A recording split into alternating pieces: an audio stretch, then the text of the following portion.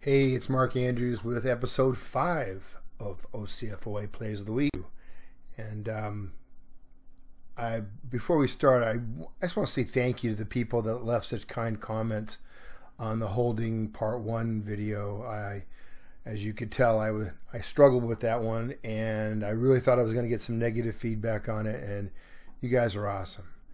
So this should be a lot shorter. We're not going to do a whole lot of PowerPoint presentations.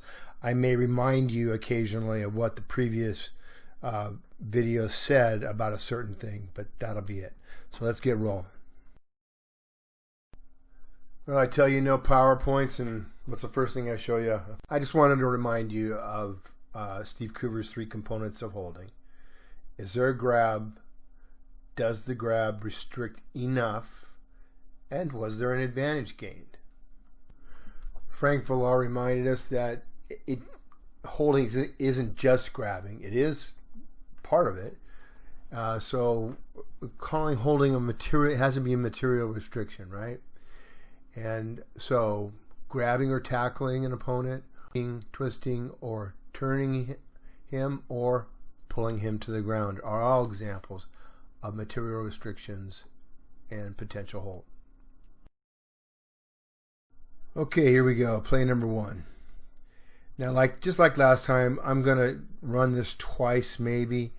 So that's the player we're going to question whether he commits a foul or not. Play it in real time.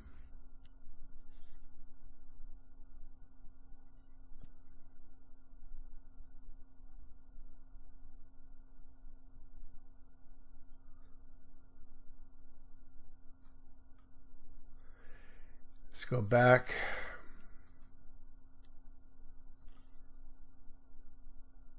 One more time. And I will play this in slow motion when we get to the part that has the comments on it. Okay, so mentally or write it down, vote holding or no foul. Let's move on to the next one. This time we'll be watching the left tackle.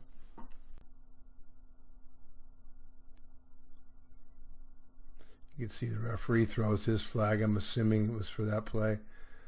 Let's try it one more time.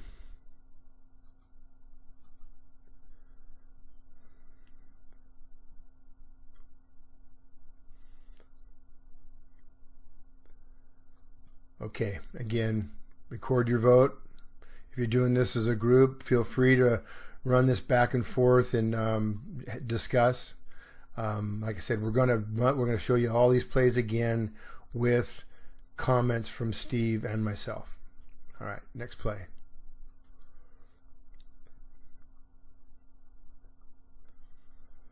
Okay. So we're watching that linebacker right there, and I think we have 2 views on this one. I think we have an end zone view. So I'll hold off making a choice.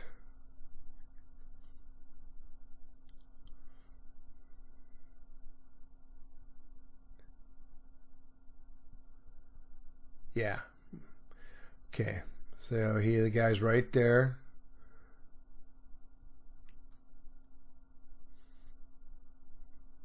So is that end holding? Give you one more look at it.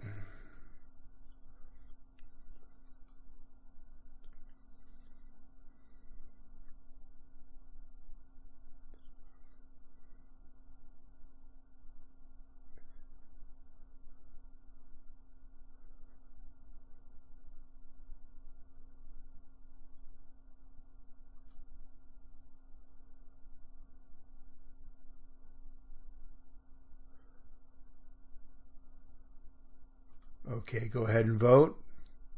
Discuss if you want to pause this thing at any time, feel free. Use this as a teaching tool in any way you want.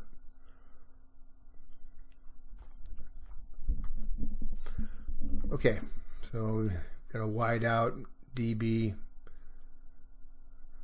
guessing the play's coming this way.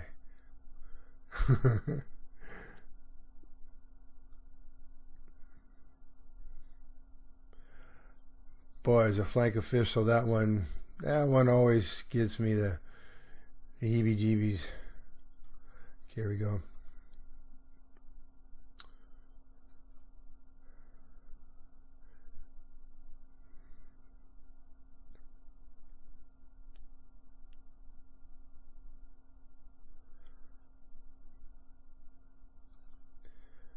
Okay, next play.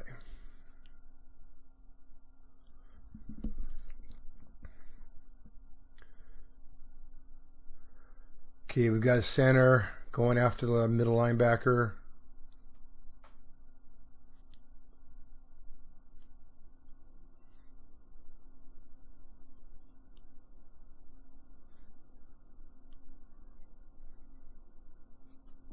Let's watch it again.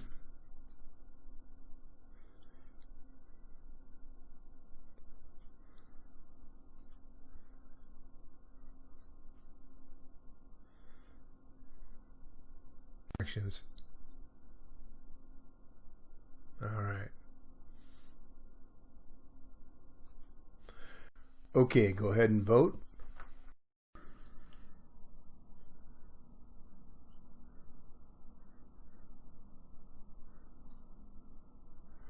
Okay, so we're looking at the right guard, I believe.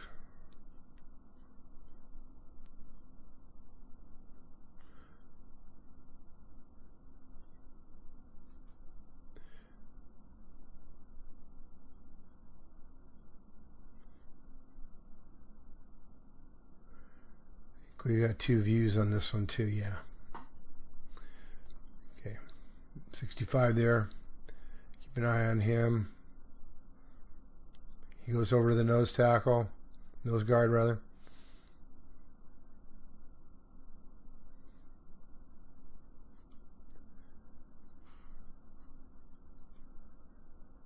One more time. I love it when we have both angles. It really helps. And this sideline view, especially on holding, is so tough. I mean, I've seen plays that I see the sideline view and I go, oh yeah, that's holding for sure, or there's no way that's holding, and then you see the end zone, you go, oh my God, I was wrong. Part of my job as instructional chairman is to evaluate game film that coaches send in, either complaining a foul was called or was not called. And I have to review the film and either support the call, not support the call, or determine it to be inconclusive. It's a lot of fun. Okay, here's the next play. Keep an eye on that right offensive tackle against the left defensive tackle. This is a tough one, I gotta tell you.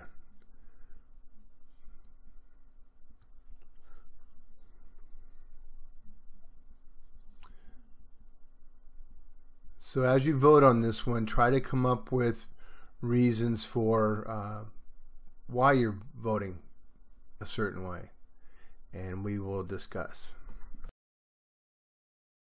Okay, let's go back and review and see how the Orange County and San Diego crew chiefs voted on these plays. If you kept a tally your vote, you can compare. So we're going to keep our eyes on that tight end on the right side. Remember our criteria for whether this is a foul or not. This is from Steve Coover.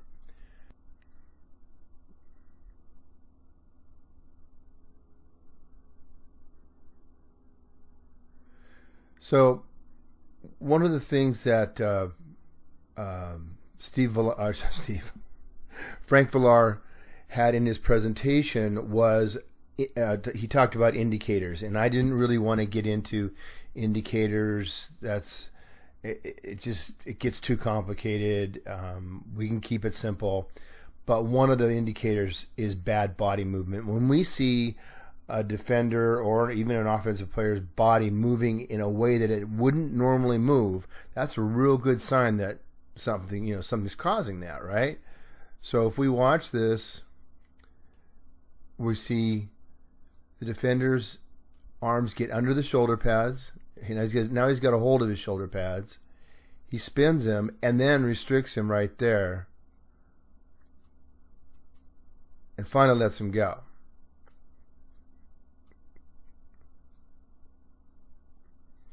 And it's clearly at the point of attack, so it does matter. So let's take a look and see what the crew chiefs thought. Okay, so holding. The answer is yes. There's a grab of the shoulders, just what we talked about. The blocker then loses his proper blocking position by allowing the defensive end linebacker to beat him. He then uses the grab to pull significantly restrict the opponent from moving in the direction of the runner. In fact, he jerks the defensive end into a spin, which we refer to as bad body language or unnatural movement. And finally, it's at the point of attack. San Diego voted 47-3 for offensive holding. That's pretty significant. In Orange County, 20-4. Comments from the Orange County crew chiefs. You can see grab is outside the frame and takes his feet away at the point of attack. Clearly a grab and pull and damn near a takedown. And so I had 24 comments, and almost every one of them included the notation of the grab and restrict and the fact that it was at the point of attack. Hey, before we move on, hey, you newer officials, take a minute and either write down some of this terminology you're seeing, the grab and restrict, point of attack, just the different terminology that we keep using all the time. That way, when you go to explain a foul to a coach, you use words that, they may be consistently hearing. Okay? All right, let's move on.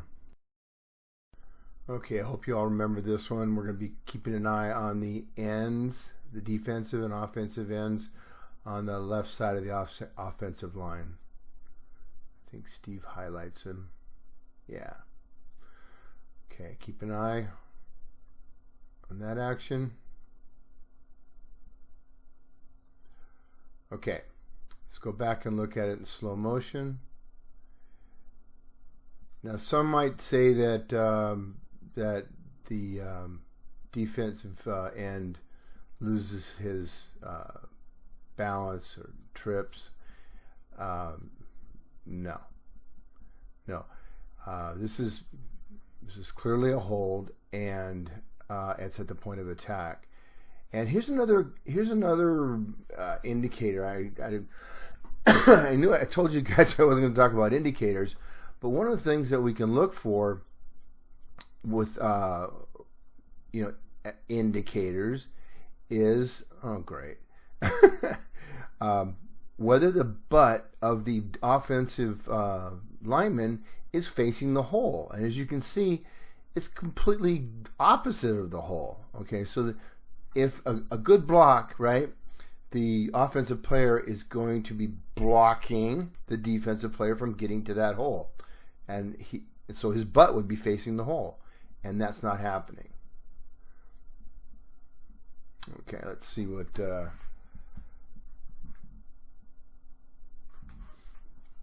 okay, yes, holding defense or holding offense rationale is the same play as play one. Significant restriction of the defensive end. Oh, Steve mentions this again. Notice the bad body behavior of the defender as he's restricted and the runner runs past.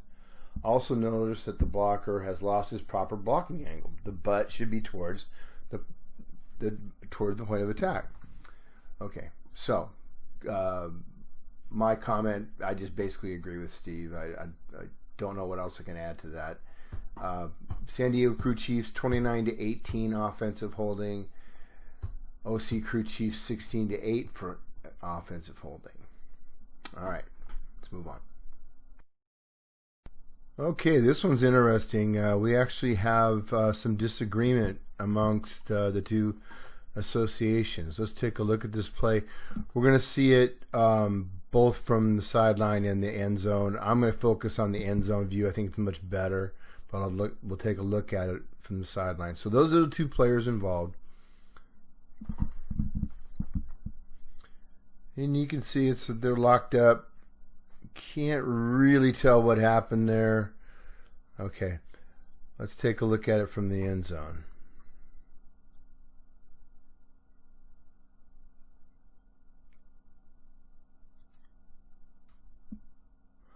All right, I'm going to go back and slow-mo that. Now, I got to tell you, in my mind, this is holding all day. Here we got arms outside, right? He's grabbing him, spinning him away from where the runner is going. He's still got a hold of him. Here's our runner right here. Oops.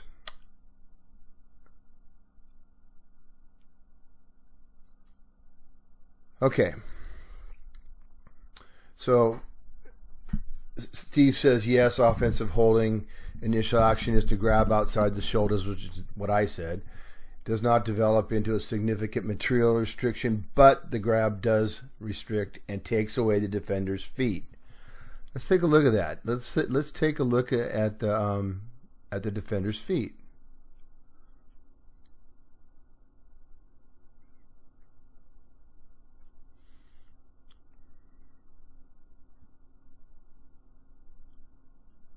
Right there. Right there. He can't run after the runner.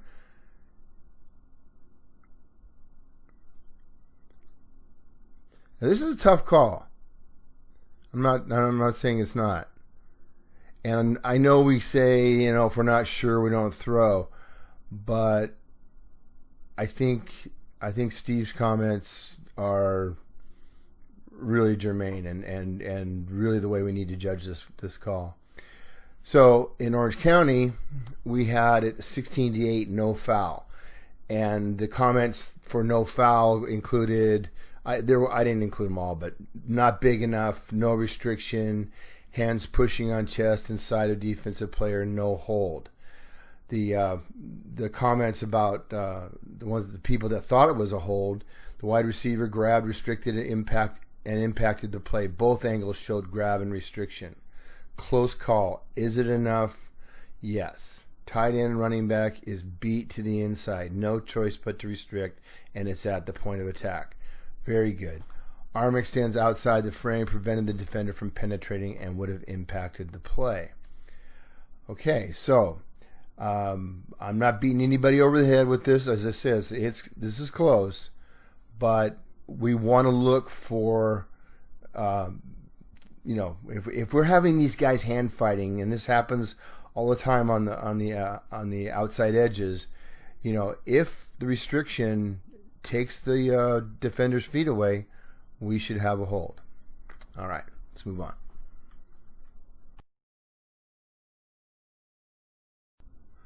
Okay, this is another play involving DB and receiver potentially holding. This, as I've told you before, this is a flank official's worst nightmare. We've got trips formation to the head linesman side, so the back judge is focused on these two inside receivers. This line judge has this receiver, and of course he has to focus on the tackle. And I think that's where the problem lies. His head never leaves this action here, and for good reason.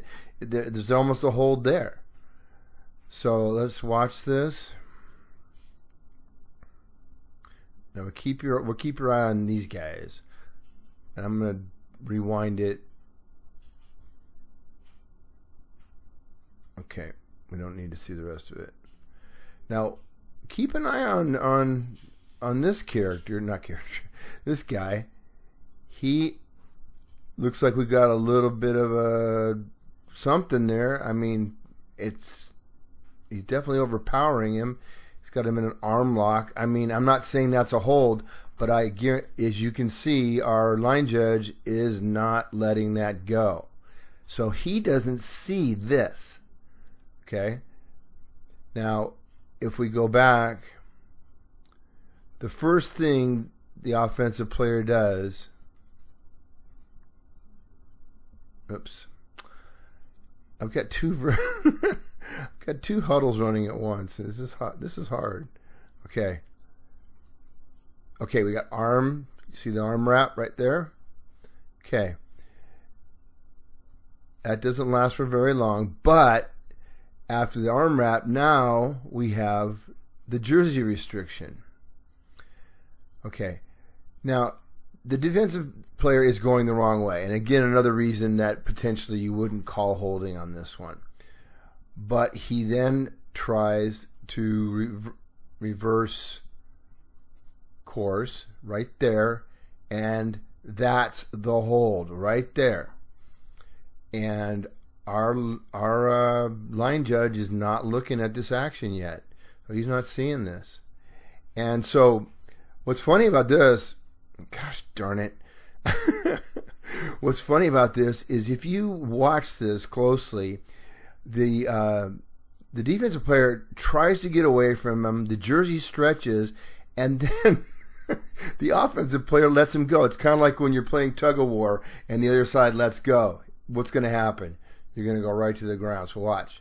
Yep, there it is. Okay, so I can fully understand why this was missed. But again, in my mind, this is a hold. But it's a very, very difficult call. Let's take a look and see what everybody says. Steve Coover, this is similar to the last play. Yes, offensive holding. The wide receiver grabs step one and then pulls the jersey and restricts the DB, who is clearly attempting to get outside. Step two. Finally, it's correctly judged that even though the grab was a bit in front of the runner getting to him, the DB had committed to the outside and the restriction kept him from getting there. San Diego Crew Chiefs voted 29-12 for offensive holding. My guys voted, where is it?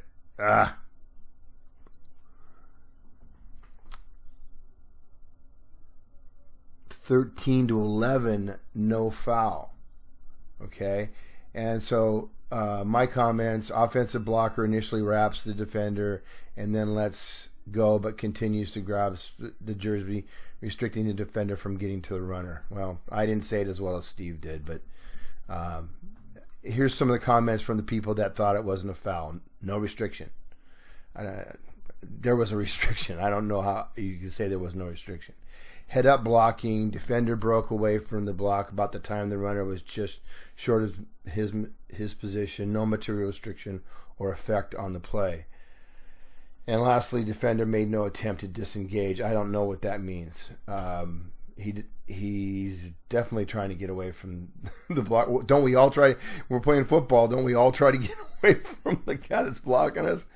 Anyway, the guys that judged it to be holding, wide receiver had a material effect on the play, grabbed right arm jersey area and restricted the DB. Receiver's holding of the defensive player's jersey allowed the runner to get around him. Wide receiver holding had a material effect on the play, grab right arm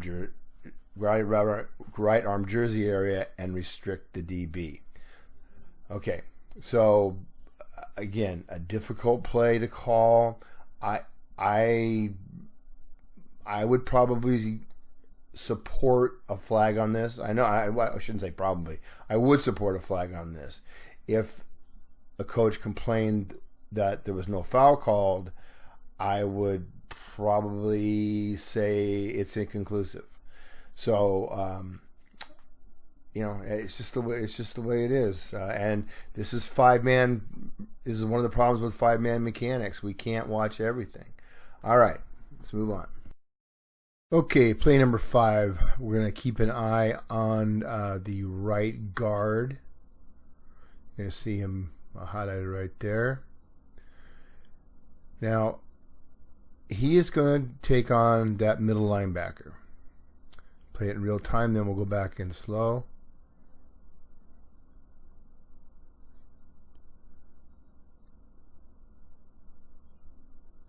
Okay, let's go back.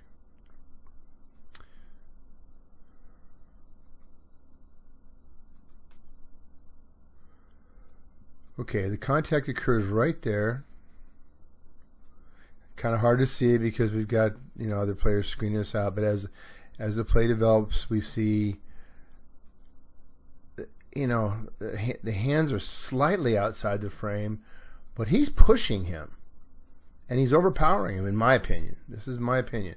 Now, that might be a hold right there, but it does not have a material effect because the running back or the ball carrier is already past that the point where that occurs.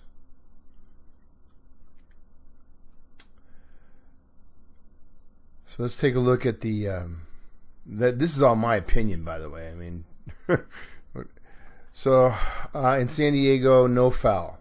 Right guard does grab the linebacker, step one, but works his body into a great blocking position, butt to the hole. Grab does not develop into material or significant restriction or advantage gained. There is no step two, thus no foul on the play. Cruz Chiefs voted 40-7, no foul. My take, initial contact may have included a slight grab, but the grab does not develop into a material restriction. The defensive linebacker was overpowered legally. Great blocking position by the right guard. OC Crew Chiefs voted 16-8, no foul. And those that thought this was holding all considered that the blocker held that right shoulder of the linebacker. So let's go back one more time and take a look.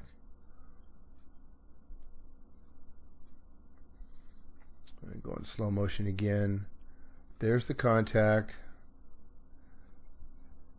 Now he's pushing him backwards.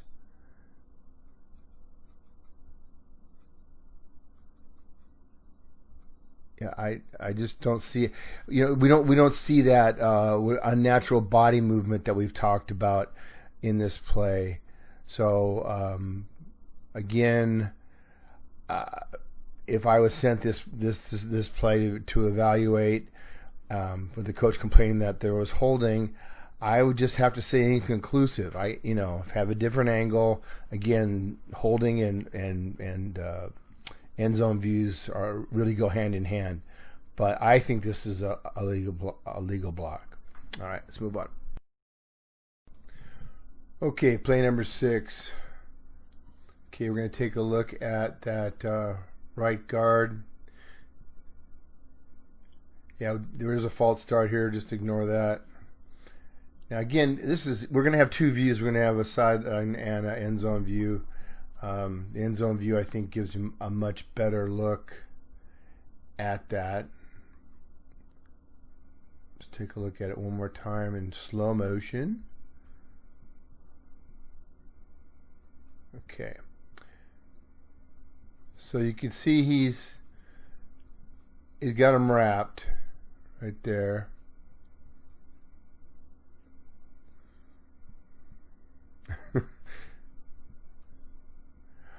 Okay, now this is one of the reasons that it's probably not a good solid flag if we throw, is that the defender's being pushed this way, and here comes the running back the other behind him. So really no material impact on this play. That guy's nowhere near where the running back went. Okay. So let's take a look at it from the end zone.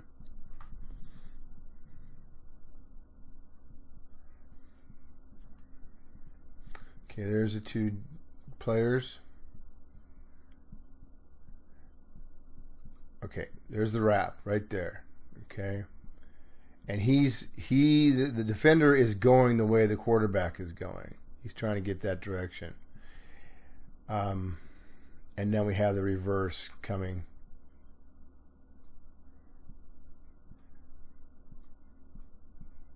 Yeah, he's just not going to get him. Now, I make the comment in my comments that if a flag was thrown on this play, I would uphold the holding call. In other words, there was a hold. And I don't want this. I really don't want this flag thrown. But if it were, I would uphold it if a coach complained. Steve's take is the right guard does grab early, and the defensive tackle begins to move towards the running lane but then changes his mind and goes the opposite side of the blocker away from the hole, which puts the blocker in excellent blocking position. Good body movement with his butt now facing the hole. Well, that's because it's the reverse, right? So the continued grab does not increase the advantage gained by the better blocking position. I slightly disagree with Steve on this, but not enough to, I mean, I'm going with what he says. The man knows what he's talking about. Crew Chiefs in San Diego 38-11, no foul. OC Crew Chiefs 17-7, no foul. All right. Okay, last play, and of course it's got to be a tough one. As a matter of fact, Steve and I got into not an argument, but we debated this play quite a bit. Let's take a look at it.